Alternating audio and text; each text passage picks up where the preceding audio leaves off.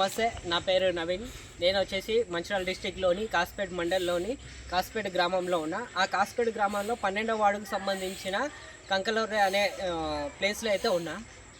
మాకు వచ్చేసి ప్రాబ్లం ఏంటంటే మాకు స్ట్రీట్ లైట్స్ అనేటివి సరిగా రావట్లేదు. దీని గురించి అని నేను చాలా సార్లు చెప్పిన ఇక్కడ ఉన్న వాళ్ళకి. చెప్తే 3వ వార్డుకు సంబంధించిన రాంబాబు అన్నకి చెప్పిన, 4వ వార్డుకు సంబంధించిన శంకర్ అన్నకి చెప్తే వీళ్ళు ఏమైందంటే నా ముందే కాల్ చేసి లైట్స్ వేయమని చెప్పిండు. చెప్తే ఎలక్ట్రిసిటీ వాళ్ళు వచ్చి నా ముందు అంటే లైట్స్ అయితే వేసిండ్రు. ఇక్కడ లైట్స్ వేసిన తర్వాత ఇందులో కొన్ని లైట్స్ వస్తున్నాయి, కొన్ని రావట్లేదు. అలాగే ఇంతకుముందు ప్రీవియస్లో మాకేందంటే ప్రతి స్తంభానికి 2 బల్బులు అనేటివి ఉండే, అవి హై వోల్టేజ్ ఉండే. ఇప్పుడు వచ్చేసి 2 బల్బుల నుండి ఒక బల్బు తీసేసి ఒకటే తక్కువ వోల్టేజ్ పెట్టిండు. దీంతో మాకు ప్రాబ్లం ఏమవుతుందంటే ఇవి తక్కువ వోల్టేజ్ పెట్టినాక మళ్ళీ కొన్ని లైట్స్ వస్తున్నాయి, కొన్ని మాత్రం రావట్లేదు. దీంతో మాకు చీకటి ఉంది. ఒకసారి మా ఏరియా చూపించాను. ఇట్లా మాది ఏంటంటే ఇదంతా చుట్టుపక్కల ఇళ్ళకు మొత్తము ఇండ్ల చుట్టుపక్కల మాకు మొత్తం చైన్లు ఉంటాయి, పత్తి చైన్లు, ఈ పొలాలు ఇవన్నీ ఉండడంతో మాకు నైట్ టైంలో ఏమవుతుందంటే అడవి పందులు వస్తున్నాయి. తర్వాత దాంతోపాటు కుక్కలు కూడా వస్తున్నాయి.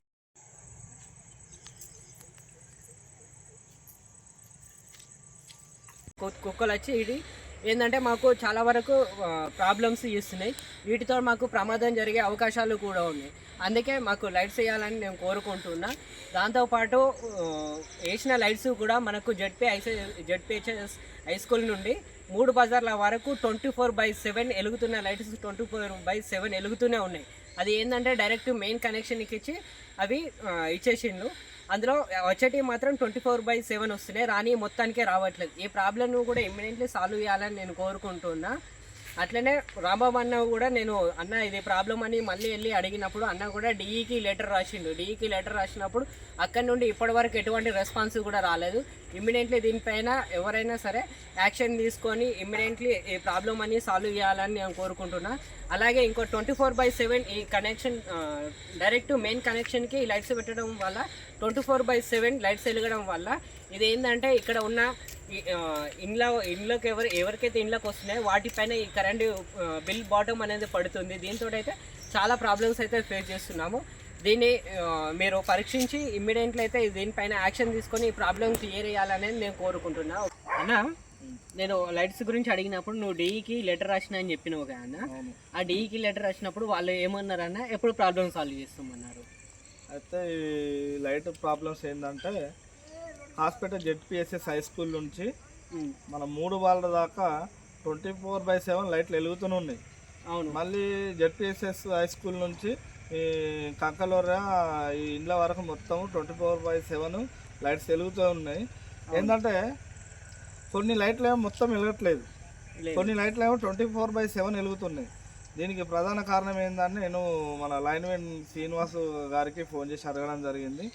అడిగితే 3 ఫేస్ మొత్తం వైరు ఖరాబ్ ఉంది కాబట్టి అందుకే ఈ ప్రాబ్లం ఏర్పడింది. దీనికి మేము సార్ దృష్టికి కూడా తీసుకెళ్ళినాము, త్వరలో మేము చేస్తామని అని చెప్పినారు. మీరు కూడా ఒకసారి సార్తో చెప్పండి అని నాతో చెప్పడం జరిగింది. నేను బెల్లంపల్లికి వెళ్ళి డిఈ గారికి ఒక లెటర్ ఇవ్వడం జరిగింది. కావాలంటే ఆ లెటర్ నీకు ఇస్తే చూడండి. అయితే లెటర్ ఇస్తే సార్ అన్నాడు కదా, త్వరలోనే మీకు సమస్యని పరిష్కారం చేద్దామని లెటర్ ఇచ్చిన రోజు అన్నాడు. కానీ ఇప్పటి వరకు కూడా సారు నుంచి ఎలాంటి సమాధానం మనకు రాలేదు. కాబట్టి ఒకసారి నేను రేపు మండే కాబట్టి రేపు వెళ్ళి ఒకసారి సార్ని తెలుసుకోవడం జరుగుతుంది. తర్వాత మీకు నెక్స్ట్ ఏం చేద్దాం అనేది నేను చెప్తా.